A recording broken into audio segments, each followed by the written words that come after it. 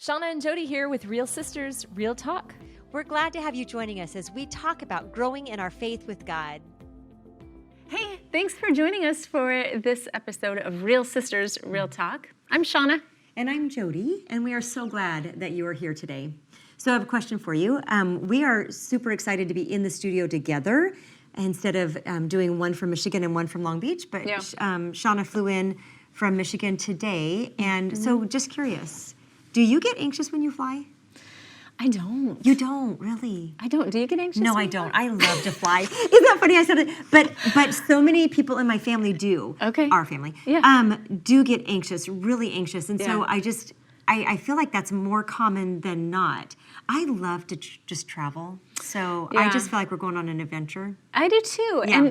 And quite honestly, now when I'm like taking off and landing, I don't really even notice like per se that we're taking off and landing. But that wasn't always the case. I mean, I've struggled with anxiety quite a bit, and so there was a time that every time we took off, I would get anxious and I would recite Psalm 23. Yeah. The Lord is my Oh. shepherd; I shall not want. You know, and I think times like when my husband and I flew to Israel. Yes. And the For kids are something- home. Yeah, and the kids are all Yeah. home, and it's like, so there's a little anxiety there, like if something were to happen to us, that sort of thing. But yeah, I have to tell you though, like backing up on the whole subject of anxiety, Yeah. I am not who I used to be. Right. So dealing with anxiety. Dealing with anxiety, Yeah. I used to be so anxious. I dealt with anxiety a lot. And when I was a newlywed, like in my early 20s, even before that, I had a real fear of being attacked. Yeah. Um, Wow. Like if you were out. If I was out, if I was in, if I was, it didn't Really? matter. Yeah, like I just had a real fear of being attacked. So there was one time I remember specifically that Dan was traveling. We didn't have any kids yet, and so I was home alone. We lived in Iowa at the time. And before it got dark, I went around the whole house and checked every window and checked every door. And then before it got dark, I went in my bedroom and I locked myself in the bedroom. Oh no. So, I mean, I don't know what time it was, but I was Yeah. in for the night. Like, I wasn't going to leave my bedroom because I was so nervous about leaving my bedroom that something was going to happen. So I ended up getting very, very thirsty, and I just needed something to drink. I was like parched, and I needed some water. And I was so afraid to leave my room that I literally picked up, not a cell phone. This is back in the day. It was a cordless phone. But I picked up the phone, and I dialed 9-1, and I put my thumb over the other one. Oh, sister. And I opened up the bedroom door and went to the kitchen and got something to drink and came back to the bedroom door and locked it with my hand, with my thumb on the second one. You know, just anxiety, like so fearful and so anxious. And it's kind of funny because a couple months ago now, I guess, my son lives with us right now, and my husband and my son went to Bangladesh for 12 days, and I was like, ooh, I got the whole house to myself. I can have whatever I want for dinner. That's right. I can watch whatever I want, which is kind of funny because I realize I don't know how to use the remote. Oh, right. I don't ever turn on TV. Like if I watch TV with them, it's because they want to watch a movie or something and they cue it up. And so it's like, oh, I guess I'm not watching anything because I don't know how to use this thing. But anyway, it was such a moment of celebration for me to see where God has taken me in my anxiety and how far I've come. Right. And I wish I could tell you there was like some silver bullet, you know, that I did this. I felt super anxious on Monday, and then I did this, and then on Tuesday I was fine. And that's not my story. God has taken anxiety away from me and lifted it as I have daily spent time with Him. It's been a long, ongoing process, not just like a moment. Yeah. You know, Max Lucado has a quote, and I don't have it written down, but it's something, I'm going to butcher it, but it's something like anxiety diminishes as our view of God increases. Oh, that's good. So the more we have our eye on Him, the less we will struggle with that. That's so good. Yeah. And that makes sense too. A lot of the, I mean, I experienced anxiety in some other ways too. One of the ways, I didn't even realize that this was happening at the time, but when I was in my early 20s, at the end of every day, I would lay in bed at night, and I would beat myself up over the events of that day. Right. The things that I had said that I wished I hadn't said, the things that I did that were embarrassing, and just, I mean, it was abusive. It was like self-abuse. This is terrible sleep hygiene, by the way. Right. If you want to get a good night's sleep, Don't do this. don't spend the last 20 minutes, 30 minutes laying there beating yourself up over what happened all day long. Right. But yeah, God in his goodness has, and I think that's exactly it. It's what you just said. Like, the focus is off of me and more on him as he gets bigger in my life and I get smaller in my life, which there's a lot of work that still needs to happen there. Yeah. But as I lean into that more and more, I am less anxious. Right. Have you ever dealt with anxiety? I did. I did. And there are certain things that I will get anxious about. We in my job, I oversee adult discipleship at our church. And so I deal with a lot of people struggling with anxiety, especially in this last couple of years with COVID and everything that's happened with that. But back when my kids were little, I have 2 kids, a son and a daughter. And when I have 2 kids. I have 2. You have 4. I have 2. But when they were little, I remember vividly Johnny, my husband, driving away with the kids, and I vividly remember saying, God, that is my world. Yes. And could you please make sure they make it home safe? Yeah. And the fear that would come over me of the possibility of losing them, or who would I be without these people in my life? And honestly, I will say for me, for that context, there's been multiple areas that I think that God has had to deal with that for me with anxiety. But in that context, what took place was I was going to a women's retreat. And truth here, I signed up for the women's retreat with a friend, and all of our friends backed out. And so this friend and I said, well, then we won't go either. And so we backed out. And I said to her, I'm supposed to go on this women's retreat. And this is so many years ago. Our kids were little. I said, I'm supposed to go on this women's retreat. We're not signed up, so I don't know what that means, but I'm supposed to go on that retreat. But I don't want to sign up, so just telling you that. And so it was conundrum. Right? Okay. But it was about 3 days before the retreat, and the women's ministries director at that time called my friend and said, this woman called and wanted to sign up, but the only way she'll sign up is if she can room with you and you're not signed up. Will you come? And she said yes, and put Jody on the list. Oh my goodness. And so we went to the retreat. At the retreat, I can't tell you a thing that the speaker said, and that's kind of funny to say as speakers, like, can't tell you what we both teach.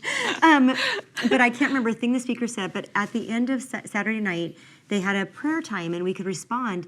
And I felt like God was saying to me, go forward. And I thought, can't you just tell me what you want to tell me here? Can't you just, you can say it to me. You don't need to say it through somebody else. And I just kept feeling like he was inviting me forward. And so I walked forward, and I felt like, and so I went to a woman and I said, I'd just like you to pray for me. And she started praying for me, and then she stopped and she just got quiet. And she said, Jody, God is asking you to lay your family at his feet. And the tears started to roll. And she said, will you do that? And I was quiet. And she just waited. And she said, wisdom. There's wisdom for that woman right there. Yeah. She Let you said, wrestle with it. God is asking for your answer. Whoa. And through tears, I said, yes. Yes, I will lay my family down, and I trust him. So one of the things in that process I realized now, looking back, so this is a lot of years looking back, I can see that my family, loving my family is absolutely, as a mom and a wife, I am supposed to do. And I love them dearly. Ask anybody who knows me well, right? Yes. I love them You dearly. always have homemade cookies for them. I do always have homemade cookies for them. But what had happened is my family had become my idol. And because they were here and God was next.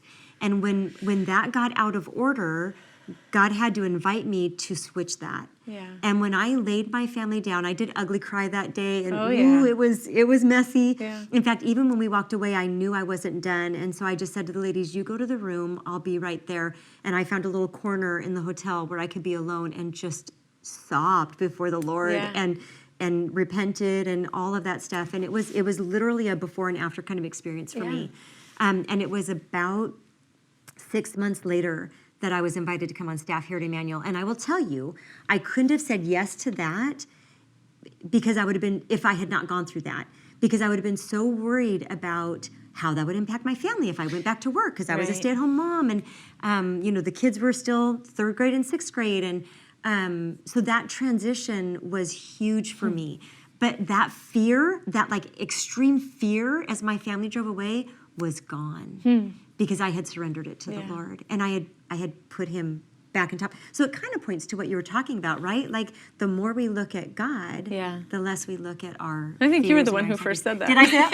Brilliant! It kind of goes back to what you were talking about. I have a question for you. So I think one of the things too in our journey with the Lord, I would always prefer that if God brings something to my attention and we deal with it, Right. that is just done. Right. But I'm thinking about, so that's when, your kids were littler, they were smaller. But I know there was a time when Tyler went overseas for a while, and then Yes. and then there was a time that Lauren went to Africa. And so what did that look like? Did you feel like you were back at square one as far as that was concerned? Was it a reminder of that day that you did the ugly cry and committed your family to the Lord? Yeah. Might have done some more ugly crying. Yeah, that is a really good question. So I would say it is a constant surrendering. It is a constant letting go. Yeah. And so quick story about when Tyler was in Germany, because that happened before Lauren went to South Africa, so I was a little more seasoned by the time she left. Yeah. But Tyler was literally alone there. He was the only one from his school that went to Germany. Lauren traveled with her school, which helped a little bit. Yeah.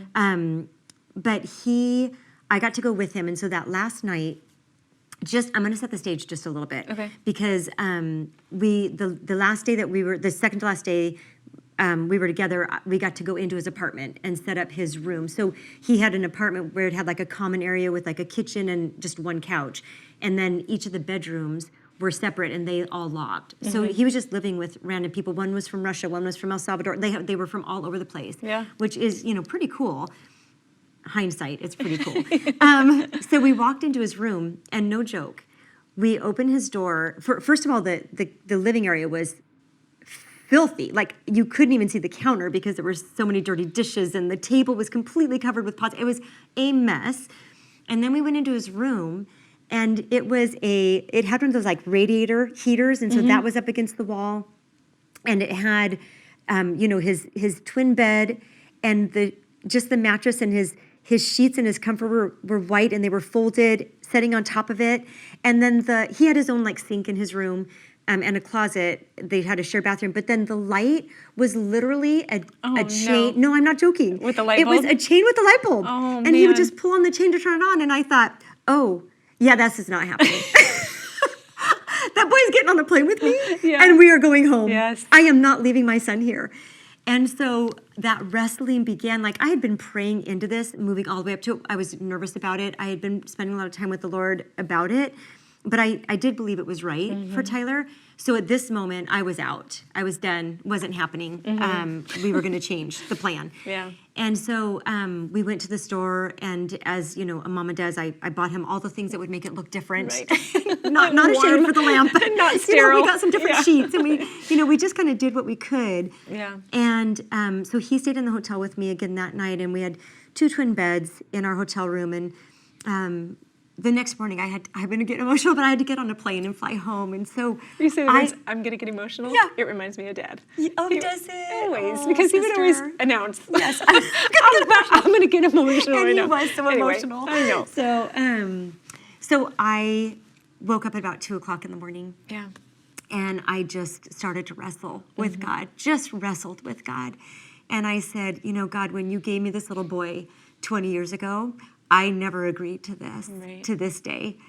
This was not the plan that I had. And I can't imagine leaving him. I cannot protect my boy if I am thousands of miles away. And then God so sweetly said to me, it has never been your job to protect. That's been me. Yeah. And I'm going to continue to be present with him. And then, just like in the Psalms, when David cries out, and then he remembers God's faithfulness, and he names it, and he names it, and he names it, and then he can walk in the truth of that. That's what took place that night. So as God reminded me that God was my son's protector, and that my son had a relationship with God, and that was between them, I then remembered God's faithfulness. He just brought to mind over and over again his faithfulness, and his presence, and the way that he was at work in Tyler's life. And then I could rejoice. And that morning when Tyler woke up, I didn't get a whole lot of sleep.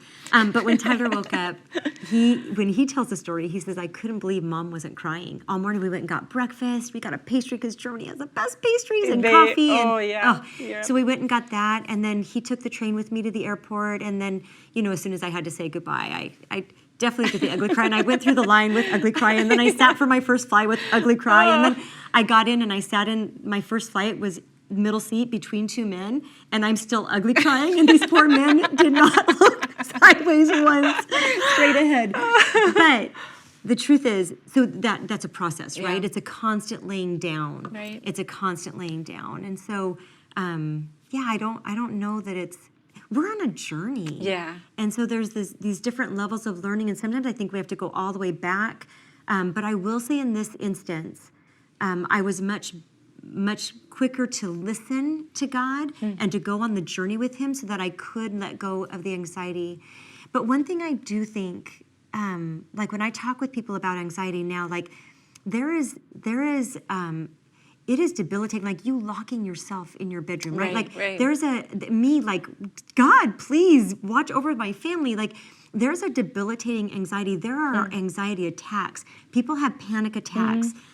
People wake up with the racing heart and all of that kind of stuff. And it is a very real thing. And so one thing I think that we need to name when we talk about anxiety is that there are times when medicine is the right answer. And that does not make us weak as believers or less than. God uses medicine too. And so just want to name that, that's also part of a process. Yeah, because if you're feeling like, man, I have anxiety and I can't get over my anxiety, but if I was more holy or if I had more faith, then I wouldn't have this anxiety. That's anxiety inducing. Right, it is. That's just mean, right? Yeah. Max Lucado has this great explanation of, and I'm not going to hit it exactly right, but he talks about, there's a fight or flight that comes in that's actually good. This adrenaline rush that's actually good. So the example he gives is if you are walking across the lawn and a snake goes across the grass, which I do not like snakes. Me neither. This adrenaline will jump at you, and it gives you the ability to run faster and to respond quicker. And like we need that because we're actually in real danger. But anxiety is the fear that maybe there might be possibly a snake in the grass, right? And we behave as if the snake is there even though there's no evidence of it. So we have the adrenaline rush. Right. Everything rushes through our body. That is not a place that we can live. Yeah. It's not healthy. It's not good. It's not. It's draining. I mean, there are physical ailments that come on us when we live in that kind of state at all times. And so there's just a real awareness there that this is a real thing. Yeah. So there's an opportunity for both and to take advantage of modern medicine and if that is what is good for you, if that is what is best for you, and to journey that with the Lord, surrender to him. I think there's always like, what's the word I'm looking for? There's always like a spectrum, right? Like, you know what I mean? Not everybody who has anxiety needs medication, right? But it's wherever we fall in the spectrum, we can do whatever we need to do to be healthy in anxiety, with our anxiety. Right. But also to invite Jesus into that with us, to be in that space with us. Exactly, because that's that part of that journey. So you mentioned Psalm 23 brought peace over you, and that's what you quoted. Right. Philippians 4:4-9 is what I often give to people when we talk about anxiety. And it's Paul is talking. It's a letter from Paul, and he says he's in jail, if we can keep that in mind when he writes this. Like he's not on a comfy couch, right? He says, rejoice in the Lord always. I will say it again, rejoice. Let your gentleness be evident to all. The Lord is near. So I'm not even done yet. But rejoice in the Lord. She's on a roll, people. Rejoice in the Lord always. Like, it doesn't say rejoice in the fact that this terrible thing is happening. Right. Right? This terrible thing can be happening, and I can still rejoice in the Lord. Right. And so I love that. That's a truth that we need to hang on to. And then when he says, the Lord is near, like, we just need to remember that he is in this with us. He is present. But then it goes on to say, do not be anxious about anything, but in every situation, by prayer and petition with thanksgiving, present your request to God. And the peace of God, which transcends all understanding, will guard your hearts and your minds in Christ Jesus. So that goes on. I love the next 2 verses as well. But if you even look at that section of it, one of the things, I mean, there's so many things we could talk about in that. Yeah. But it says, and I think this is something you're good at, which is why I want to bring it up, but with thanksgiving. So Max Lucado also talks about people who keep a gratitude journal actually... it helps for their anxiety because when our focus is on the things that are good, I mean, it says at the end part of that verse, whatever is good, whatever is right, whatever is pure, whatever is lovely, think on those things. Yeah. So when we keep a gratitude journal, it helps us keep our focus on the good and right things. It's a simple practice, like just a simple tool that, and I'm not saying that that's, going to be everybody's answer, but it's a tool we can use when we're dealing with anxiety. Yeah. I'm not a brain expert, but I know one. Yes. And I've interviewed a friend of mine. His name is Chris Corsi, and he literally is like a brain expert. He's also a pastor, and he talks about how when we have a positive experience, there's these endorphins that release, right? Yep. When we remember that positive experience, the same endorphins release the same amount as if we are experiencing it. Isn't that incredible? Which is crazy. Right. It's so cool. So one of the things, people will debate science versus scripture. God created science, so they don't contradict each other. They work hand in hand. So when, God is instructing us, here's how I want you to deal with your anxiety. I want you to take everything to me. I want you to give thanks. He's literally giving us a prescription to release endorphins in us that are going to help with our anxiety. How cool is that? That is so cool. What a gift. I know. What a gift. And so it's just putting into practice what he gives us, which is so sweet. One of the other things that I love, just even, we talk a lot about, you heard Emmanuel, about taking our thoughts captive because, like you said, when we remember that good thing, those endorphins release, and we actually have those same endorphins. The same thing is true when we have an anxious thought. It creates the, I can't even think of what it's called, but it's the adrenaline rush. Yeah. It creates that in us. So when we have that anxious thought and that repeats, that same chemical runs through our body. And so it recreates that, right? Yeah. And so in 2 Corinthians 10:5, it says, that last part of that verse says, and we take every thought to make it obedient to Christ. So Dr. Carolyn Leaf talks about this, where if you have a thought, like a toxic thought that is running through your head, my family's going to die as they drive off. Okay, Lord, I recognize that I am feeling fear as my family drives away.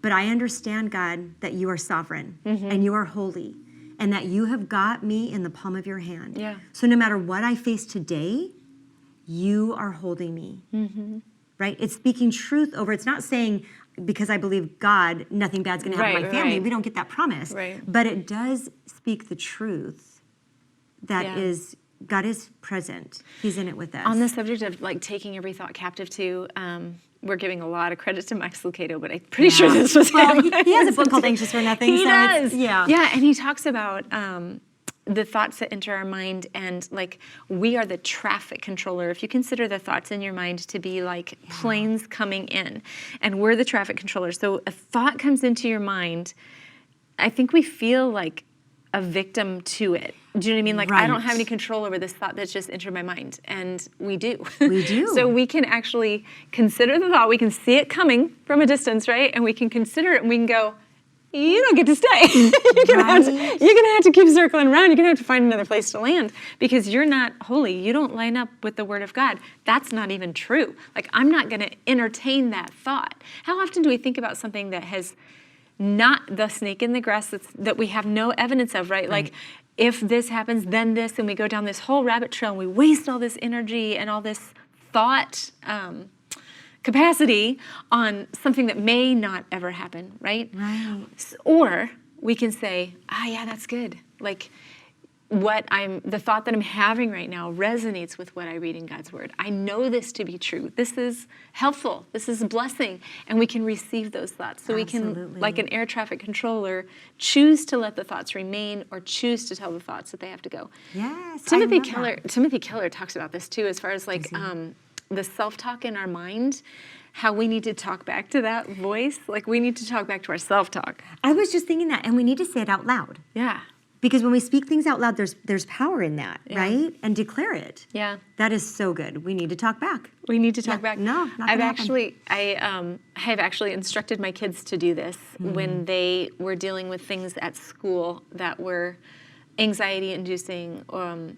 To ask to be excused to the restroom, like get a hall pass or whatever, go to the bathroom, check under the stalls real quick for some feet, and then just say out loud what is true. You know what I mean? Like, identify what you're feeling, where the anxiety is coming from, and then speak out loud. You know what?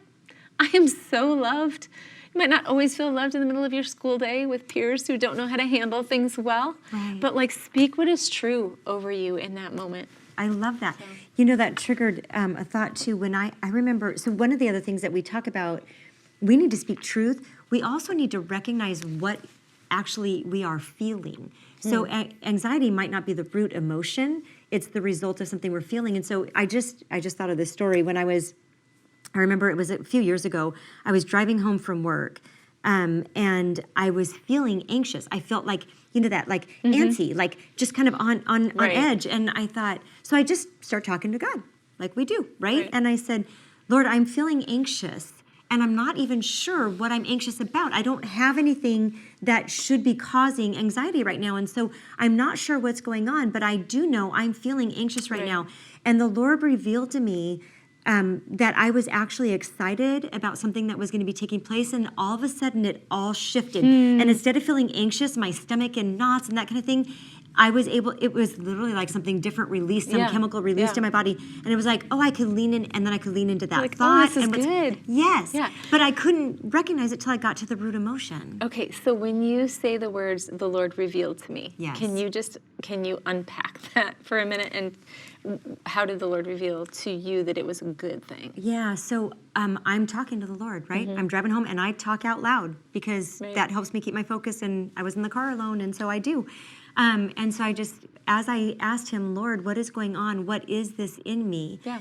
Then the thought comes into my mind about what is taking place, what's coming and what's taking place. And then I can just kind of take note of that and say, oh, Lord, I have this really exciting thing happening. And I think I was anxious. I was feeling antsy and attributing it to being anxious, but actually I'm excited about what's taking place. And when that piece shifts, then I can recognize, God, that was from you. Thank you. But I could not have heard that unless I asked him. Right. And so we get to be in constant conversation with God. He is right with us all the time. And so I often talk to him out loud, especially when I'm feeling like big emotions. I pray all the time, but when I'm feeling big emotions, it's good to get it out loud. Yeah. I mean, I remember a time when I was really struggling with something very difficult, and I said to my husband, I'm going to take a walk because I need to cry this out. I'll be right back, I'm good. He's like, okay. You do take that walk. You do work that out. Yeah, and you come back when it's fixed, would you? The poor guy was outside, had no idea what was going on. But it helps me work it out. And also physical, this is a real thing with anxiety too. Physical activity, taking a walk, helps us get things in perspective.